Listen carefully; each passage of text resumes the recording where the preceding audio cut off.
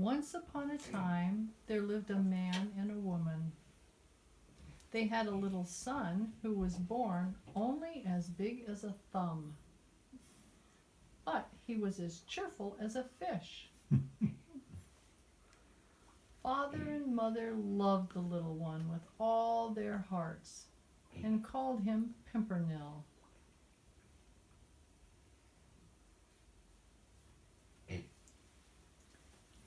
They would carry him into the forest where Pimpernell, with his bright eyes, would take in everything.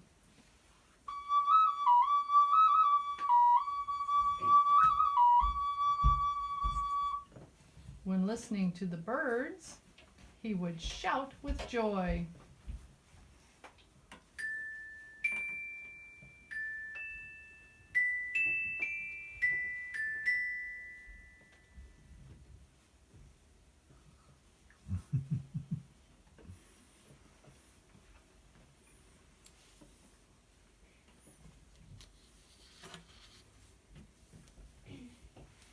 When Mother was busy about the household, Father would play with Pimpernell.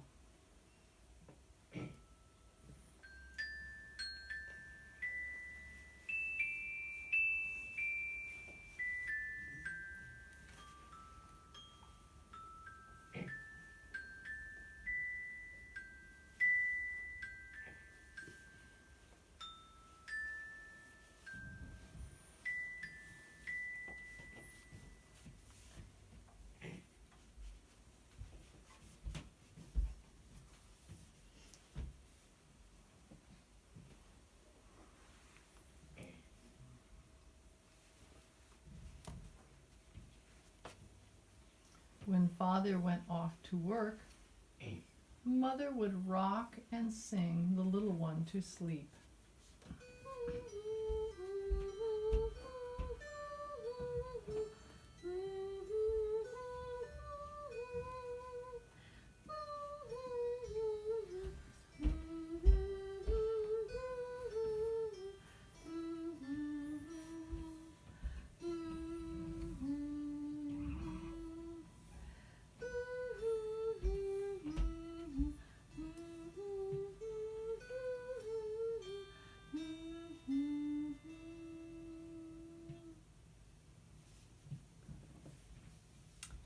Time passed. Pimpernell was already running around happily. Although he remained tiny, he was nevertheless as lively and nimble as a grasshopper.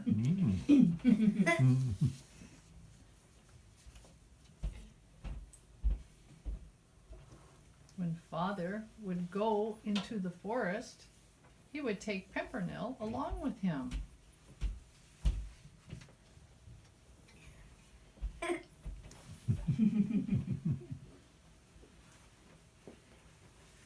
Once there, he would lift the little one up and set him down on a young tree. Pimpernell would sway up and down on the branch and laugh and whistle a cheerful song, so his father's work became much lighter.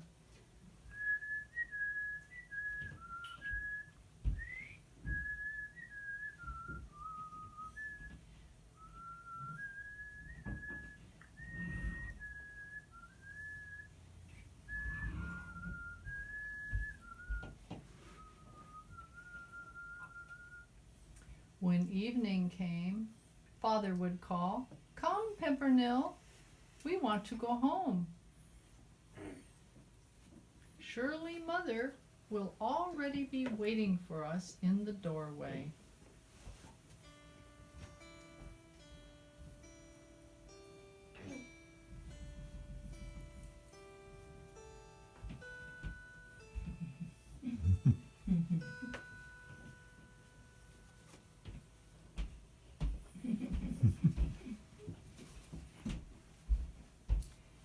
Inside the house, Pimpernell would hang on his mother's apron strings and want to be present for everything that was going on. When Mother was cooking a good soup, Pimpernel would always want to be close to the cooking pot until she would finally lift him up and let him peek in.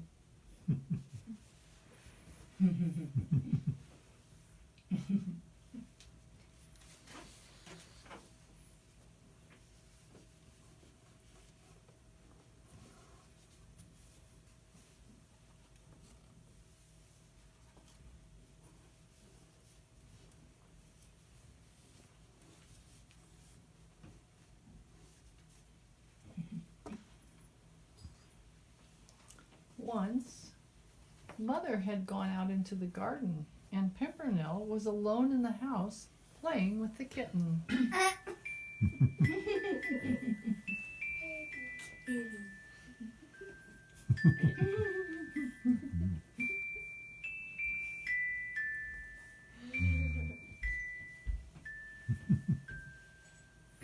Then a sweet smell reached his nose. He would have loved to look inside the pot. He stretched and reached and finally climbed up until his nose was close to the edge of the pot. While he was bending over, he was seized by the steam of the food and swiftly carried up and out through the window. What the heck?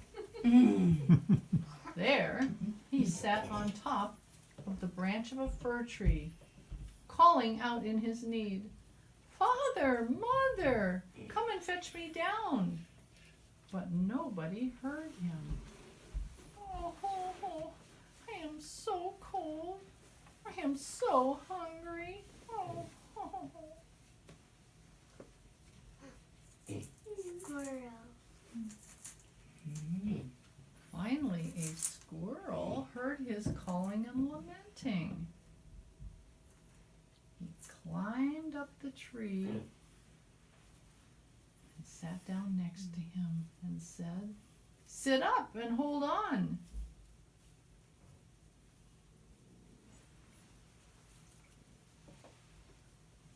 And with a swish, the squirrel ran down the trunk.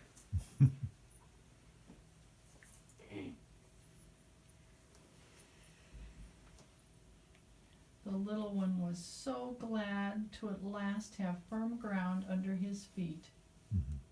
As a reward, he gave the squirrel a nut.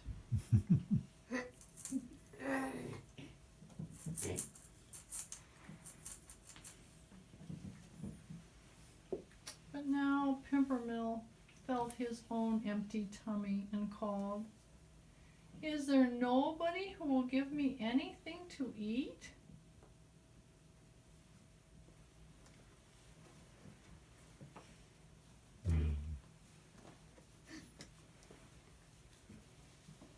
Presently, the scent of freshly baking bread reached his nostrils. He followed the scent along and came to a bakery.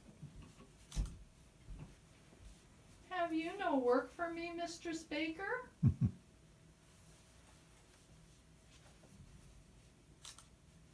The woman looked around to see where the voice might be coming from.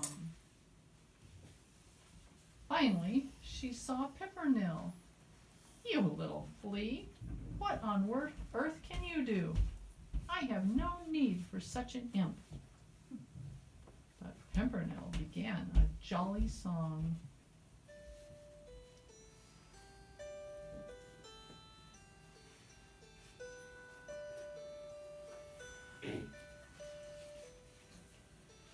He lured the baker's children out of another room. They sang and they danced with him and wouldn't let go of Pimpernel.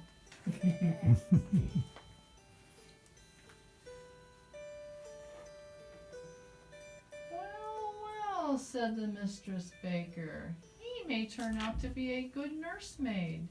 and what he will eat and drink will not amount to much. And so she let him stay.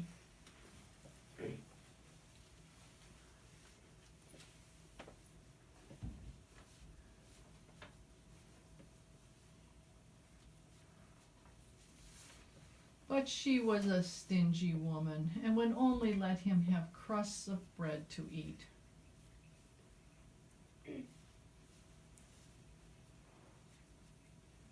Whenever she was baking pancakes,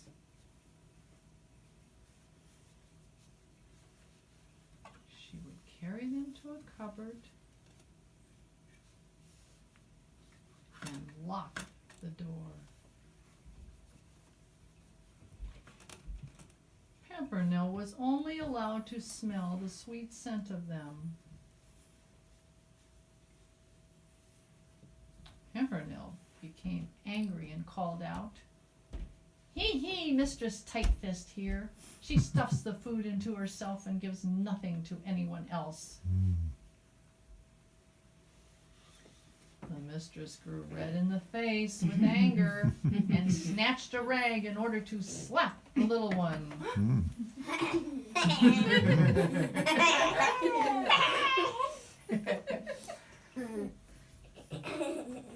But he was as swift as a mouse, so she tried to catch him with a thimble. Oh no. Hee, Mistress Tightfist here. She stuffs the food into herself and gives nothing to anyone else.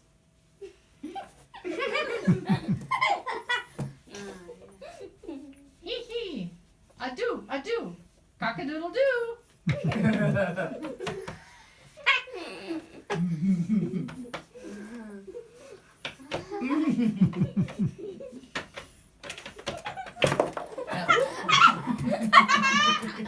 At last, Pimpernel escaped through a crack in the door, calling out again, "Hoo-hoo, Mistress Miser, adieu."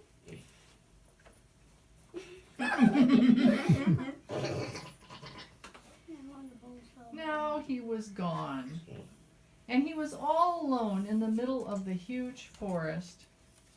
If somebody would come and take me along. And he was so hungry. Then he spotted a strawberry in the grass. "Who has set the table for me?" called Pimpernel, swinging himself onto a tree trunk and beginning to munch. He whistled a little tune.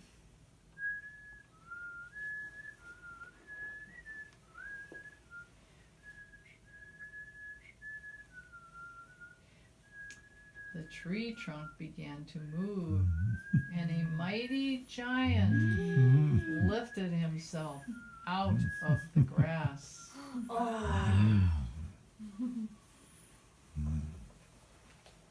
"Where is that bird who can whistle so well?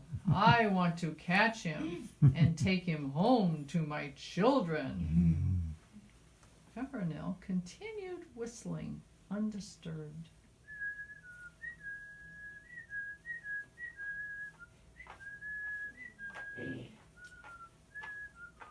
The giant discovered him and tried to snatch him. "Stop, stop," called the little one. "You will squeeze me in your clumsy hands. Sit down, and I will climb up on you myself." The giant squatted in the grass, and swiftly Pimpernel was upon his shoulders. He enjoyed that and whistled and trilled like a bird.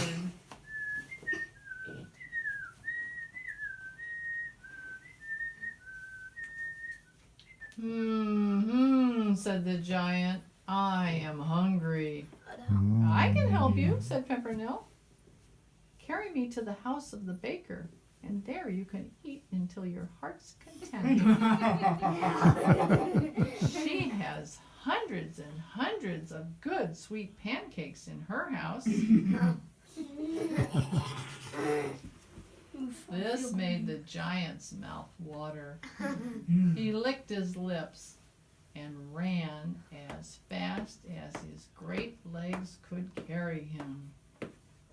He's a big guy. He has really long legs that makes him really fast. When it grew dark, he arrived at the bakery. Pimpernel crept through the keyhole in the storeroom.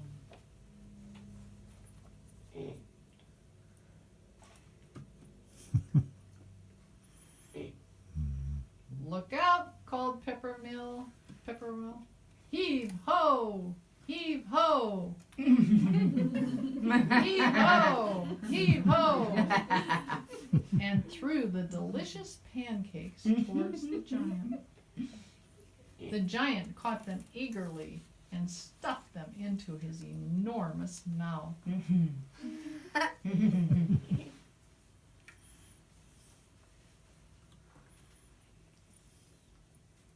When the storeroom was empty, Pimpernel jumped out. "That was well done," said the giant. "You can wish from me whatever you like, and you shall have it."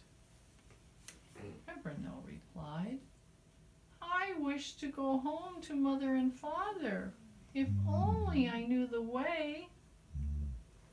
The giant laughed and said, "I know your house. Sit on my shoulder, and you shall soon be home." And don't take my beard with you.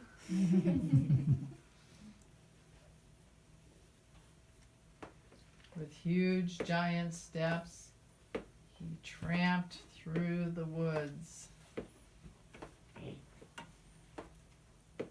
Pimpernel, from his high seat, was on the lookout. There he saw his father's house. There it is, he called.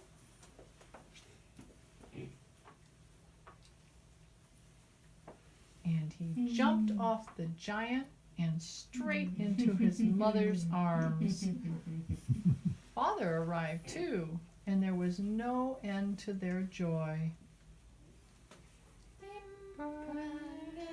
Oh, Pimpernel, tiny little fellow, though he is only inches high, his heart is great and wide.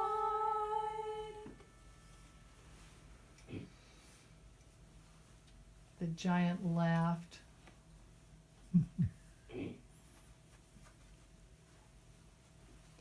And returned to the mountains.